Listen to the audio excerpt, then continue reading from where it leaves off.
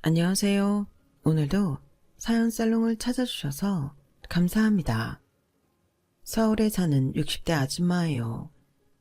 저는 인생의 3분의 1을 삼식이 밥 먹이느라 허비했어요. 제 남편이 지난 37년 동안 단 하루도 안 빠지고 아침, 점심, 저녁 하루 3끼를 집에서 먹었거든요. 자기 밥만 챙겨 먹었으면 말도 안 해요. 매일 점심시간마다 직원들까지 데려와 밥상을 차리게 하는데 정말 미치는 줄 알았어요. 남편이랑 살면서 제 소원이 뭐였는지 아세요? 명품백? 돈다발? 아니요. 저는 그저 단 하루라도 남이 해주는 밥 먹어가며 마음 편히 쉬어보는 거였어요. 그깟 하루 세끼 밥상 차리는 거 가지고 무슨 대단한 일 했다고 유세 떠냐고 할지 모르겠지만 이거 안 해본 사람은 몰라요. 아침상 물리고 나면 점심 준비, 점심상 물리고 나면 저녁 준비를 하다 보면 하루가 끝나버려요. 그렇게 1년 365일이 지나고 또다시 새해가 시작되면 똑같은 일상이 반복돼요. 그걸 37년이나 하며 살았어요. 이게 사람을 얼마나 황폐하게 만드는지 몰라요. 감기 몸살로 체온이 40도 가까이 오르고 대상포진으로 온몸이 갈갈이 찢기는 통증을 느끼면서도 그놈의 얼어 죽을 밥상을 차려야만 했어요. 한 번은 빙판길에 넘어져 한쪽 팔에 금이 갔는데도 남편이 점심때 직원들을 데리고 집에 온 거예요. 그래놓곤 깁스를 한 제게 뭐라고 했는지 아세요? 팔이 불편하니까 오늘은 그냥 간단하게 잔치국수나 말아줘. 그러게, 살림하는 여자가 팔을 다치면 어떡해? 밖에서 힘들게 일하는 사람 끼니도 제대로 못 챙겨서야 되겠냐고. 뭐해? 빨리 밥 안 차리고. 이게 다친 사람한테 일 시키며 할 소린가요? 남편이 비가 오나 눈이 오나 직원들을 집에 데려와 점심을 먹인 이유는 하나였어요. 점심 식대를 아끼기 위해서였죠. 남편은 동네에서 간판집을 운영하고 있었는데 직원 월급을 적게 주는 대신 점심을 제공하고 있었거든요. 처음 가게를 시작했을 때만 해도 제가 점심때마다 가게에 나가서 브루스타에 찌개를 끓여 직원들 점심을 먹이곤 했어요. 그러다 시아버지 병수발을 하게 되면서 집을 비울 수 없게 되자 남편이 직원들을 데리고 점심때마다 집으로 오게 되었죠. 시부모 간병에 직원들 점심까지 해먹이다니 지금 생각해도 이가 갈리네요. 지금이야 이런 것도 이혼 사유가 되겠지만 제 나이 또래 사람들은 그저 받아들이고 살았어요. 살림에 도움이 된다면 내 몸이 좀 힘든 게 대수냐 생각했으니까요. 하지만 이놈의 영감탱이가 급기야 제 인내심을 박살내더라고요. 다른 것도 아니고 내 부모 장례식에서까지 못돼 처먹은 짓거리를 하길래 이젠 더는 못 참겠다 싶어서 이혼을 선택했습니다. 막상 이혼을 결심하고 보니 그동안 왜 참고 살았나 후회가 되더라고요. 그래서 이혼할 때 하더라도 그가 남편놈한테 착취당한 내 인생을 보상받고 싶었어요. 그래서 환갑을 바라보는 나이에 묵은 복수를 시원하게 해치웠습니다. 사실 저는 남편과 결혼할 생각이 없었어요. 제가 마음에 둔 사람은 따로 있었거든요. 그 사람은 어릴 때부터 한 동네에서 나고 자란 동네 오빠였어요. 예전엔 명문 고등학교는 시험을 봐서 들어가곤 했는데 그중 경기고등학교는 수재들만 가는 학교로 유명했어요. 오빠는 경기고를 나와 서울대 법학과에 들어간 수재였어요. 집안 형편이 어려워서 참고서도 제대로 못 써보던 처지였지만 가정교사를 둔 부잣집 아들도 못하는 걸 해내고야 말았어요. 당시만 해도 개천에서 용이 나던 시절이었기 때문에 오빠네 부모님은 오빠가 서울대 법대에 합격하자마자 복권에 당첨된 사람들처럼 만세를 불렀어요. 평소 가난한 형편 때문에 목소리도 제대로 못 내던 오빠네 부모님은 하루아침에 목에 힘을 잔뜩 주고 큰소리 떵떵 치며 다니게 되었어요.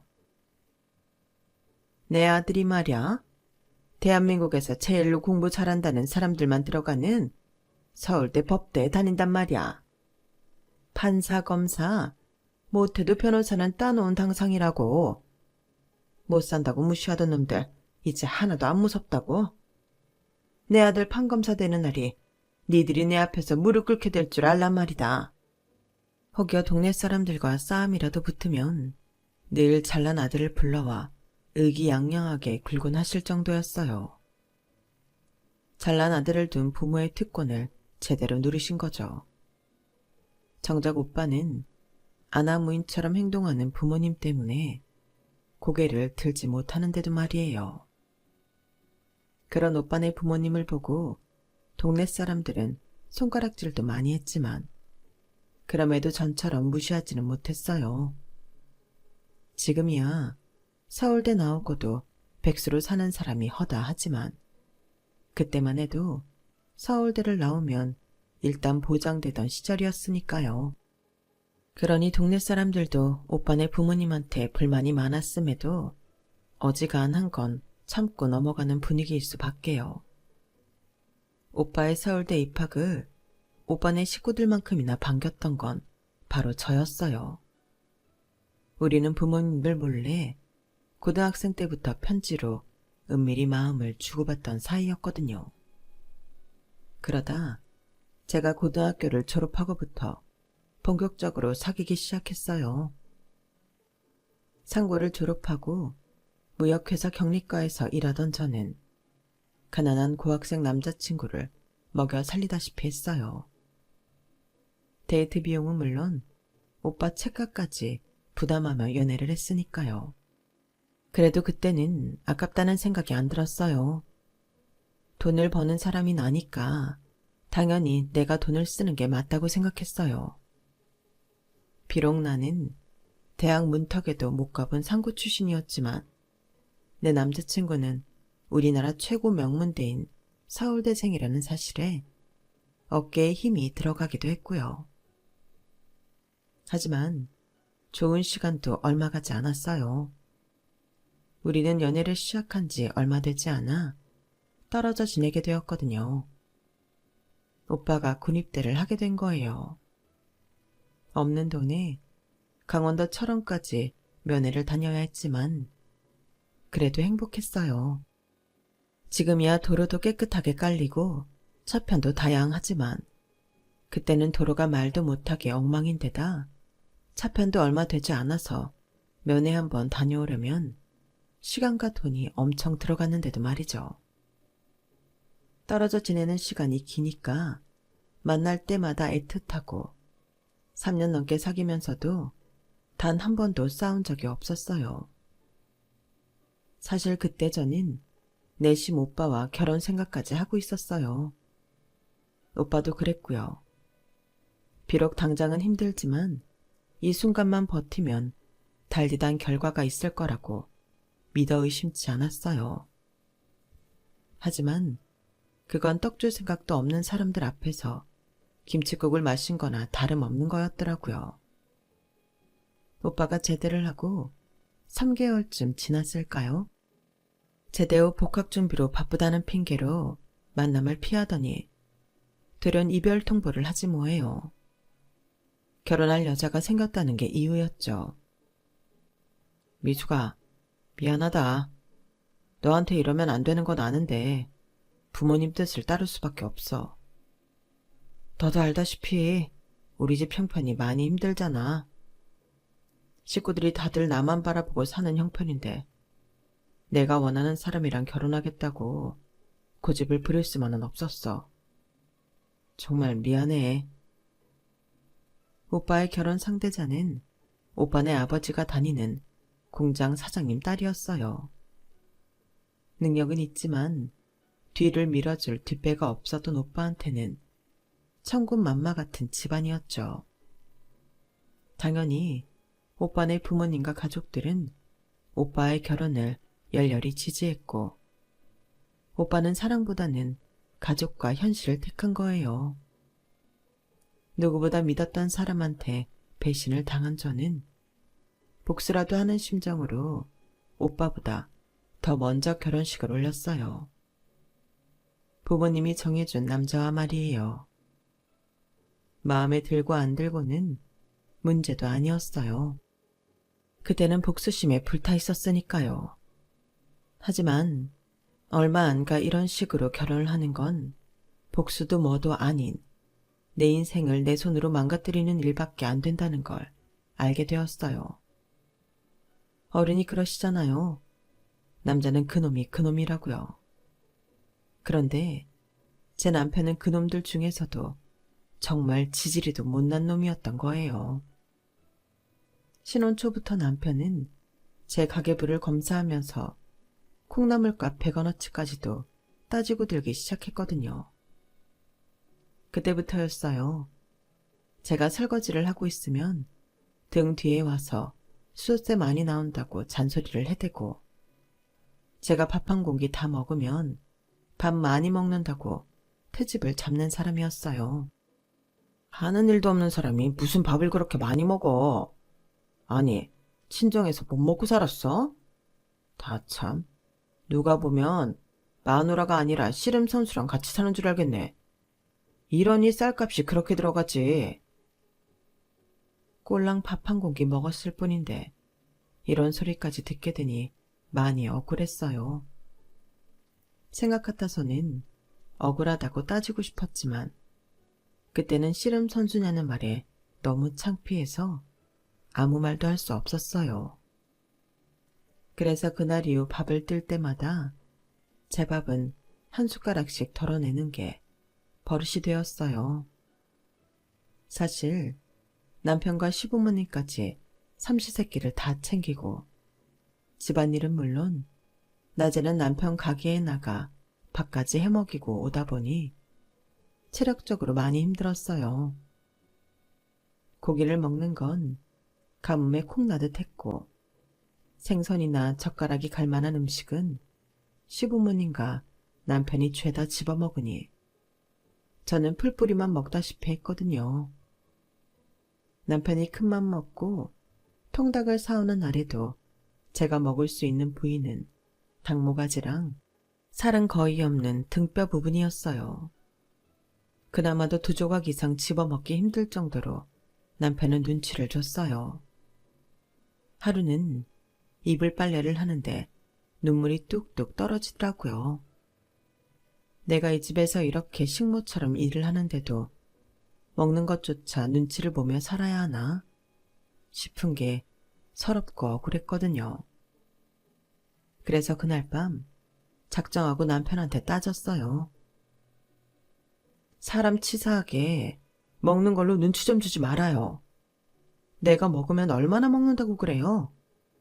나요, 결혼해서 이날 이때까지 하루 종일 밥하고 빨래하고 온갖 집안일에 시부모 복양까지 하고 살았어요.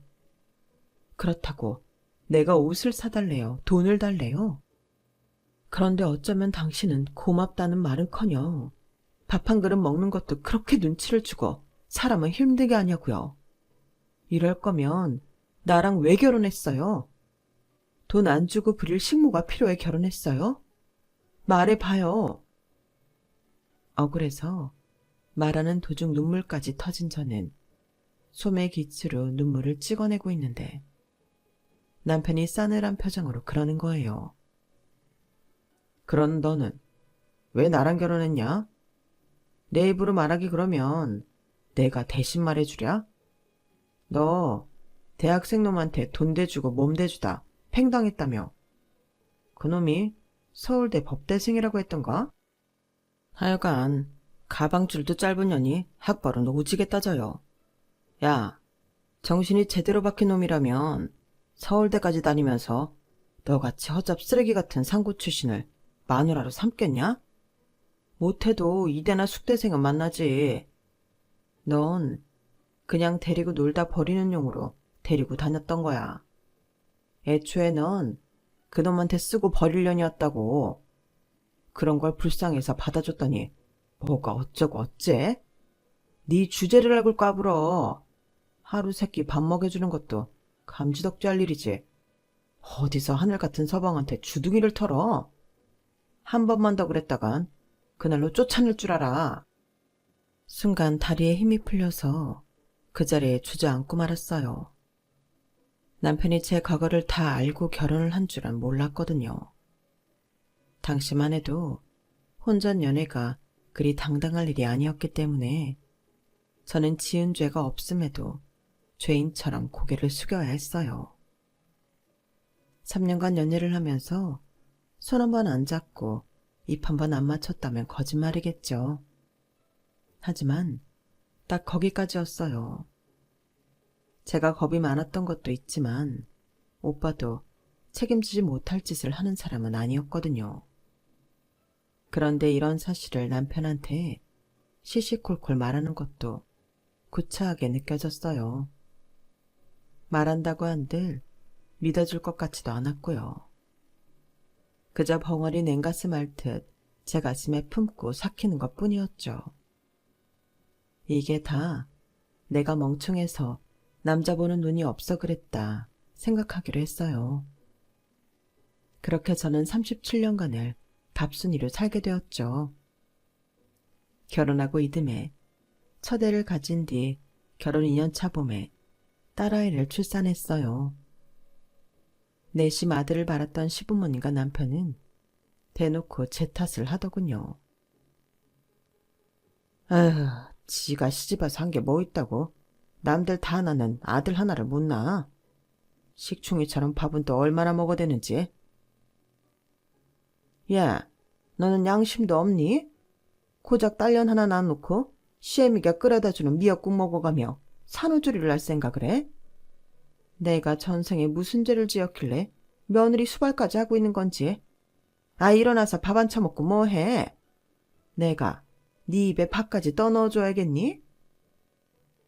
홀아버지 밑에서 자랐던 저는 산후조리를 시어머니 도움을 받아야 했어요. 그러다 보니 매 끼니마다 밥보다 욕을 더 많이 먹게 되었죠. 미역국이라고 해봐야 고기 한 절음 안 들어간 미역국이었는데도 먹는 족족 체했어요. 마음이 불편하니 뭔들 제대로 소화가 되겠어요. 결국 3-7일도 안 돼서 저는 자리를 털고 일어났고 또다시 삼시세끼 밥을 차리며 집안일을 하게 되었죠. 그러는 와중에도 시어머니는 손자 타령을 하셨고 시어머니 바람대로 이듬해 저는 아들을 낳았어요. 그랬더니 이번엔 연년생을 낳아 동네 창피하게 만들었다고 타박이더군요.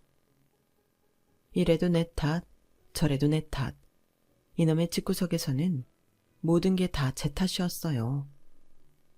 아이 둘을 키우며 시부모 복량에 남편 가게 직원들 밥까지 챙기려니 앉았다 일어나면 하늘이 노랄 정도로 몸이 많이 축나더라고요.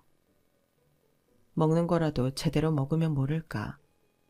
밥 한 그릇 먹는 것도 눈치를 봐야 할 판이니 도무지 몸에 기운이 안 나더라고요. 그러던 차에 친정아버지가 속꼬리를 보내주신 거예요. 산후조리도 못해준 게 못내 마음에 박히셨는지 많이도 사서 보내셨더라고요. 그랬더니 시어머니가 저는 손도 못 대게 하시고는 당신이 직접 곰탕을 끓이시겠다고 하더라고요. 웬일인가 싶더라고요. 그런데 곰탕이라고 끓인 게 양이 어째 얼마 안 되는 거예요. 어머님, 곰탕이 이게 다예요? 어째 양이 좀 적은 것 같은데요. 아니, 그럼 내가 혼자 다 퍼먹었다 이거냐? 아이고, 이젠 시어미를 도둑년 취급을 하네? 그래, 네 친정에서 보내준 꼴이라고 생색내고 싶어 그러는 거지? 옛다, 니 다 처먹어라. 어디 더러워서 입에나 대겠어? 어머님, 그런 게 아니라 생각보다 양이 적게 나와서 그런 거예요. 제가 뭘 몰라 그런 거니까 용서해 주세요. 말은 그렇게 했지만 아무리 생각해도 이상했어요. 분명 어젯밤에 아궁이에 곰탕을 올릴 때만 해도 큰 솥에 한가득이었거든요. 그랬던 게 남편 가게에 나가 점심 차려주고 오니 한 끼 먹고 나면 없을 정도로 양이 확 줄어있더라고요. 귀신이 고칼로리씨였죠. 그런데 알고 보니 제가 집을 비운 사이 시어머니가 곰탕을 퍼서 시누이한테 갖다 준 거더라고요.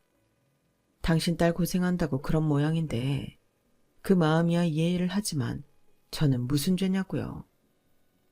정작 제 친정아버지가 사다 주신 속꼬리로 끓인 곰탕을 저는 제 탕도 아닌 삼탕 때 겨우 한 그릇 먹을 수 있었거든요. 자기 딸이 귀하면 남의 딸도 귀한 법인데 어쩜 우리나라 시어머니들은 그 당연한 이치를 모르는 건지.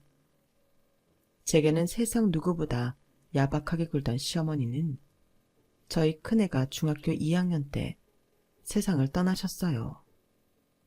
한동안 소화가 안 된다고 활명수를 끼고 사시더니 하루는 피를 토하고 쓰러지셔서 병원에 실려가셨는데 그날 밤 세상을 떠나시고 말았죠. 병명은 대장암이었어요. 병원에 가시자고 그렇게 말씀을 드려도 당신 병은 당신이 잘 안다시며 한사코 거절을 하시더니 그렇게 된 거였죠. 시어머니가 돌아가신 이후로는 그나마 부엌 살림은 제 뜻대로 할 수 있었어요. 물론 여전히 남편이 가계부를 검사하고 트집을 잡아댔지만 이제는 한 귀로 듣고 한 귀로 흘리는 건 일도 아니게 되었죠. 애 둘 낳고 시집살이까지 하며 20년 가까이 살았는데 뭐가 그렇게 무섭겠어요. 그저 남편놈 행동을 보면서 속으로 똥이 무서워서 피하냐? 더러워서 피하지. 이런 심정으로 살고 있었으니까요. 짠돌이 남편 때문에 아이들 학원도 제대로 못 보냈지만 그래도 타고난 머리가 좋은 건지 공부 욕심이 많아 그런 건지 딸아이는 명문대에 턱하니 붙었어요. 딸아이 입학식 때 오랜만에 서울대 교장을 다시 걷게 된 저는 감회가 새롭더라고요. 오래전 동네 오빠를 만나러 수도 없이 드나들던 교정이었는데 이제는 내 딸이 이곳에서 공부를 한다고 생각하니 기분이 묘하더라고요. 그래서 잠시 생각에 잠겼더랬는데 남편이 대뜸 그러더라고요. 왜? 서울대 오니까 너 버리고 장가간 옛 남자 생각이 나냐? 정신 차려 이 여편네야. 어떻게 된 게 세월에 질러도 지 주제 파악을 못하냐?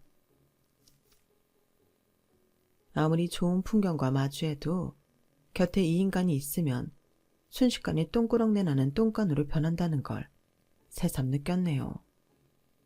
딸아이와 달리 공부에는 별 소질이 없던 아들 녀석은 헤어 디자이너가 되겠다고 이듬해 미용 전문학교에 들어갔어요. 그것 때문에 아들 녀석은 제 아빠와 거의 1년을 말도 안 섞고 지냈어요. 그리고 1년 뒤 아들은 미용 전문대에 합격을 했어요. 합격증을 들고 온 아들 앞에서 남편은 욕설을 퍼부었어요. 이런 미친놈, 사내 새끼가 뭐 할 게 없어서 미용사를 해? 그럴 거면 차라리 가게에 나와서 이 애비 일이나 도와. 죽어라 돈 벌어서 삼시세끼 먹이고 입혀 키워줬더니 애비 가슴에 못을 박아? 에이 정신머리 없는 놈 같으니라고. 여보, 그러지 말고 지 하겠다는 거 하게 해줘요. 요즘엔 남자 미용사들이 인기도 좋고 돈도 많이 벌어요.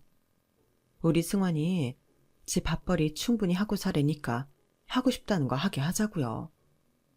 우리가 대신 애 인생 살아줄 거 아니잖아요.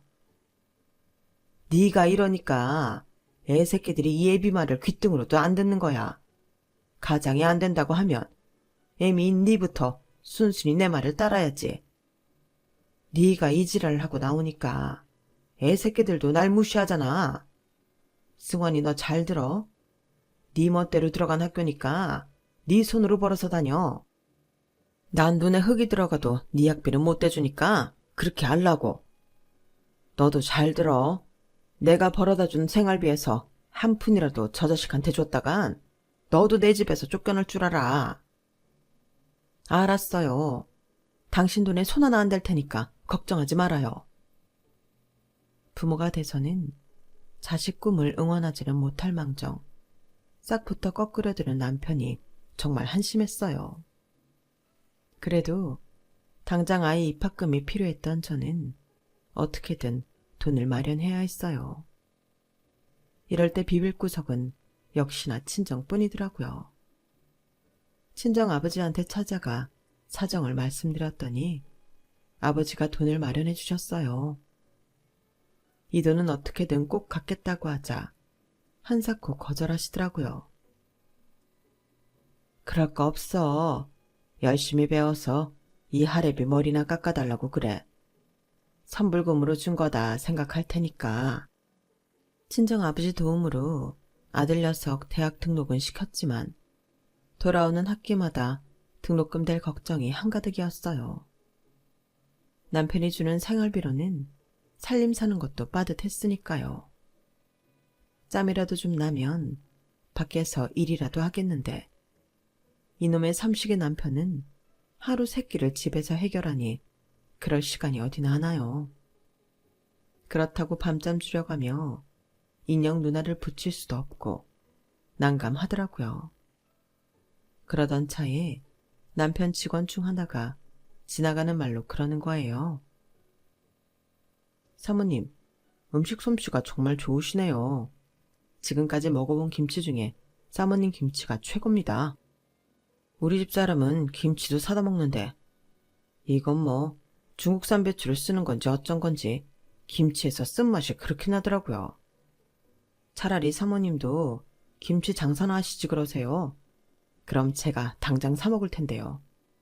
모르긴 해도 어지간한 직장인들보다 더 벌 수 있을 겁니다. 순간 그럴까 하는 생각이 들었어요. 그래서 정말 김치를 만들어 팔면 사 먹겠냐고 되물었죠. 그랬더니 잠시 망설이던 직원이 어디론가 전화를 하더라고요. 한참을 서서 통화하던 직원은 통화를 마치고 돌아와 말했어요. 사모님, 혹시 샘플 좀 있습니까? 우리 집사람이 먹어봐야 주문을 하든 하겠다고 그러네요. 제 아내가 요 앞 사거리에서 미용실을 하는데 시간 되시면 거기로 좀 보내주세요. 동네 여자들 사랑방이나 마찬가지니까 맘만 있으면 입소문 타는 건 시간 문제일 거예요. 네, 그럴게요. 고마워요, 종수씨. 그런데 우리 집 양반한테는 비밀로 좀 해줘요. 그 사람 알면 아주 난리 나니까요. 남편 몰래 김치 한 쪽을 싸들고 사거리 미용실로 간 저는 그 자리에서 배추김치를 20kg나 주문을 받았어요. 다들 맛있다고 너도 나도 주문을 해댔거든요. 하지만 당장 남편 몰래 재료비를 살 여력이 없던 저는 난감하기만 했어요. 그런데 미용실 여자가 선뜻 선불을 주더라고요. 자기 남편을 통해 저 사는 사정을 알던 터라 일부러 배려해 준 거였죠.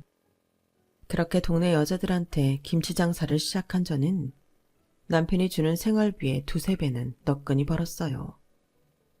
다행이라고 해야 할지는 모르겠지만 시아버지가 거동이 불편해지시면서 제가 점심때 가게에 나가 밥을 할 수 없게 되었어요.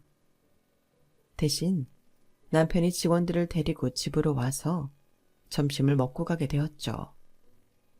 덕분에 저는 가게를 오가는 시간을 줄일 수 있게 됐고 집에서 김치를 담글 시간이 생기게 된 거예요. 몸은 힘들었지만 내가 움직이는 만큼 돈이 들어온다는 사실에 힘든 것도 모를 정도로 신이 나더라고요. 그간 남편 눈치 보느라 자식들한테 못해준 것도 내가 번 돈으로 사줄 수 있게 되었고 순대며 떡볶이 같은 소소한 주전부리도 할 수 있게 되었어요.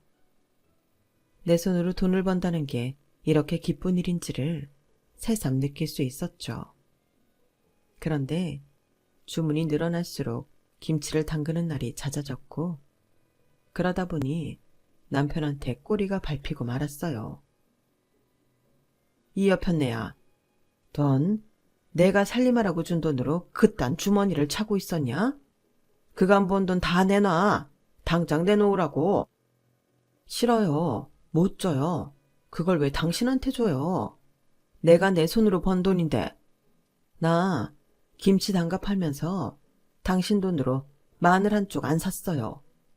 오히려 고춧가루며 마늘, 생강 다 내 돈으로 산 걸로 그간 우리 식구 먹고 살았다고요. 그런데 당신이 무슨 권리로 김치 판 돈을 내놓으라는 거냐고요. 그랬더니 남편이 뭐라는 줄 아세요? 네가 내 소유니까 네가 만든 것도 내 거, 네가 번 돈도 내 거지. 그러니까 잔말 말고 돈 내놓으라고. 이게 무슨 개벽다귀 같은 소리래요? 내가 왜 당신 거예요? 내 아버지 어머니가 낳은 내가 왜 당신 소유냐고요. 그간 말 않고 죽어 사니까 누굴 병신으로 하는 모양인데 사람 무시하지 말아요. 나 당신한테 무시당하고 살아도 되는 사람 아니라고요. 평소와 달리 한마디도 안 지고 바락바락 대들자 남편은 참못 놀라는 눈치였어요. 하지만 그것도 잠시. 남편은 그럼 장소 대업이라도 내놓으라고 생떼를 부리더라고요. 자기 집에서 김치 담가 팔았으니 장소 대여비는 꼭 받아야겠다나요? 하도 더럽고 치사해서 주겠다고 했더니 그제야 방으로 들어가더군요. 그렇게 남편한테 장소 대여비를 내고 김치 장사를 하던 저는 시아버지가 세상을 떠나시면서 일을 그만둘 위기에 처했어요. 아버님이 안 계시니 다시 가게에 나가 점심밥을 해 먹여야 했으니까요. 그런데 웬걸? 남편이 가게에 나올 필요 없다고 하지 않겠어요? 하긴 매달 장소 대여비 명목으로 부수입을 올리던 남편이 이 꽁돈을 놓칠 이유가 없었죠. 덕분에 저야 돈도 벌고 좋았지만요. 그렇게 10년 가까이 김치 장사를 했던 저는 손에 류마티스가 심해져서 일을 그만두게 되었어요. 젓가락 쥐는 것도 힘들어진 터라 어쩔 수 없는 상황이었죠. 그동안 벌었던 돈으로 딸아이 시집 가는데 돈 좀 보태주고 아들 헤어샵 차리는데 보태주고 나니 다시 빈손이더라고요. 그래도 내 새끼들 위해 엄마로서 뭔가 해줬다는 거에 위안을 삼았어요. 그런데 환갑을 1년 앞둔 어느 날 친정오빠한테 연락이 온 거예요. 방금 전 아버지가 영면하셨다는 연락이었죠. 나이가 들면 자연스레 부모와의 이별을 준비하기 마련이지만 그래도 막상 현실로 닥치니 가슴이 무너져 내리는 것만 같았어요. 저희 아버지는 아내와 사별한 이후로 재혼도 않으시고 혼자 몸으로 오빠랑 저를 키우셨거든요. 혹여 새엄마한테 구박받지 않을까 걱정이 돼서 그러셨다는 건 시집을 온 후에야 알게 되었어요. 30년 넘게 남의 부모 복양은 해왔으면서 정작 내 아버지한테 따뜻한 밥상 한 번 못 차려드린 게 너무 죄스럽고 한이 되더라고요. 그래서 장례식 내내 영정사진 속 아버지를 제대로 바라볼 수 없었어요. 그런데 그때 낯익은 사람이 아버지 영정 앞에 절을 올리더라고요. 많이 늦긴 했지만 단정하고 교양 있어 보이는 모습을 보니 단번에 알아볼 수 있었어요. 오래전 저를 버리고 딴 여자와 결혼했던 동네 오빠였죠. 한 동네에서 오래 살다 보니 동네 사람을 통해 저희 아버지 부고를 전해들은 모양이었어요. 수십 년 만에 조우한 우리는 오래전 앙금은 온데간데 사라지고 그저 같이 늙어가는 60대 노인의 모습으로 마주할 수 있었어요. 오빠는 자기 명함을 한 장 건네주며 혹시 필요한 일 생기면 연락하라고 하더군요. 명함에는 로펌 이름과 대표 변호사라는 직함 옆에 오빠 이름이 찍혀 있었어요. 난 놈은 난 놈이다 싶더군요. 결국 사시까지 패스해 변호사가 됐으니까요. 오빠가 돌아간 뒤 아들 녀석이 장례식장으로 왔어요. 외할아버지가 주신 돈으로 대학 입학을 할 수 있었던 아들 녀석은 입관 전에 할아버지 마지막 이발을 해드리겠다며 가위를 챙겨 들고 왔더라고요. 외손주 손에 마지막 이발을 하신 아버지는 고운 모습으로 입관을 하셨어요. 그런데 장인 부고를 듣고도 코빼기도 안 보이던 남편이 점심때가 돼서야 직원들을 데리고 장례식장을 찾았더라고요. 후딱 절을 하고는 한쪽에 자리를 잡고 앉아 마치 식당에 밥 먹으러 온 사람처럼 이것저것 주문을 해댔어요. 오히려 남편을 따라온 직원들이 안절부절 하는 모습이더라고요. 그랬더니 남편이 그러는 거예요. 왜 다들 이렇게 못 먹어? 내가 부조를 10만 원이나 했는데 뽕은 뽑고 가야지. 김씨, 육개장 한 그릇 더 먹어. 배가 불러야 일도 잘할 거 아니야. 상식아, 너 좋아하는 콜라 더 마셔라. 아예 갈 때 몇 개 들고 가. 매번 음료수 사달란 소리 하지 말고. 아줌마, 여기 머릿고기랑 잡채 좀 더 주세요. 장인 장례식에 와서 슬픈 기색 하나 없이 조익은 뽕 뽑겠다고 신나게 밥을 처먹는 남편을 보니 가슴 깊은 곳에서부터 뜨거운 기운이 솟아올랐어요. 당장이라도 가서 저 인간 면상에 싸대기를 날려주고 싶은 심정이었죠. 식사를 마친 직원들은 슬금슬금 제 눈치를 보고는 죄송하다는 인사를 남기고 장례식장을 나섰어요. 남편은 주방에서 검은 봉투를 얻어와 냉장고에서 소주며 맥주 등을 담고 있더라고요. 그래 다가가 속에 있던 말을 꺼내놓았어요. 왜? 부조금 낸 10만 원 아직 못 채웠어? 술까지 따로 챙기는 거 보니까 그런가 보네. 인간아, 정말 대단하다. 어떻게 장인 장례식에 작업복을 입고 와서 이 궁상을 떠니? 네가 그 정도 그릇밖에는 안 되는 놈인 건 내 진작 알았다만 이 정도로 바닥일 줄은 몰랐다. 넌 수치심이라는 것도 모르니? 인간의 도리라는 것도 몰라? 어떻게 내 아버지 장례식에서까지 이럴 수가 있냐고. 나가. 당장 나가, 이 거지 같은 새끼야. 전 낙을 쓰며 남편을 장례식장 밖으로 떠밀었어요. 이 옆엔 내가 뭐하는 짓이야, 무식하게. 힘만 세가지고는. 암튼 점심은 이렇게 대충 때웠지만 저녁은 집에 와서 제대로 밥 차려. 죽은 부모가 대수야. 하늘 같은 서방 저녁밥이 중요하지. 늦지 않게 와. 알았어. 뭐? 이 미친 놈팽이가 아직도 정신을 못 차렸어. 부모 잃은 사람한테 그게 지금 할 소리야? 이 천벌을 받아 돼질놈아. 꺼져. 당장 내 눈앞에서 꺼지라고. 저는 소리를 고래고래 지르며 눈에 보이는 족족 집어들고 남편한테 던졌어요. 그 와중에도 남편은 검은 봉지에 담긴 술병과 캔을 안 놓치려고 안간힘을 쓰더라고요. 정말 그 꼴이 한심할 정도로 역겨웠어요. 친정아버지 장례를 마치고 한동안 집안일도 아는 채 자리 보존하고 있던 저는 찬밥을 물에 말아먹고는 외출 준비를 했어요. 이대로는 도저히 살 수 없을 것 같아서 변호사를 만나 이혼 상담을 할 생각이었죠. 로펌 문을 열고 들어가 로비에 있는 직원한테 일전에 오빠가 주고 간 명함을 보였어요. 그랬더니 잠시 뒤 오빠가 로비로 나오더라고요. 반갑게 맞으며 점심이라도 하자고 하길래 나 오빠랑 한가하게 점심 먹으러 온 거 아니야. 의뢰인으로 온 거니까 사무실로 가서 얘기해.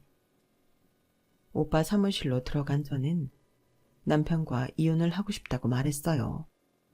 나한테 진빚 갚아. 무슨 수를 써서라도 그 인간한테서 내 몫의 재산 뺏어줘. 많으면 많을수록 좋아. 그 인간이 망해서 길바닥에 나앉도록 가진 건 죄다 뺏어줘. 오빠 능력이면 그 정도 할 수 있지? 오빠는 제가 살아온 얘기를 듣고는 잠시 낮은 한숨을 쉬었어요. 자기 때문에 그런 인간한테 시집가 고생한 것 같아 미안하다고 하더군요. 그러면서 자기가 기필코 그 인간한테서 제대로 돈 받아줄 테니 걱정 말라고 하더군요. 그렇게 시작된 이혼 소송은 1년 가까이 이어졌어요. 그리고 오빠는 약속대로 남편한테서 엄청난 액수의 위자료를 받아주었어요.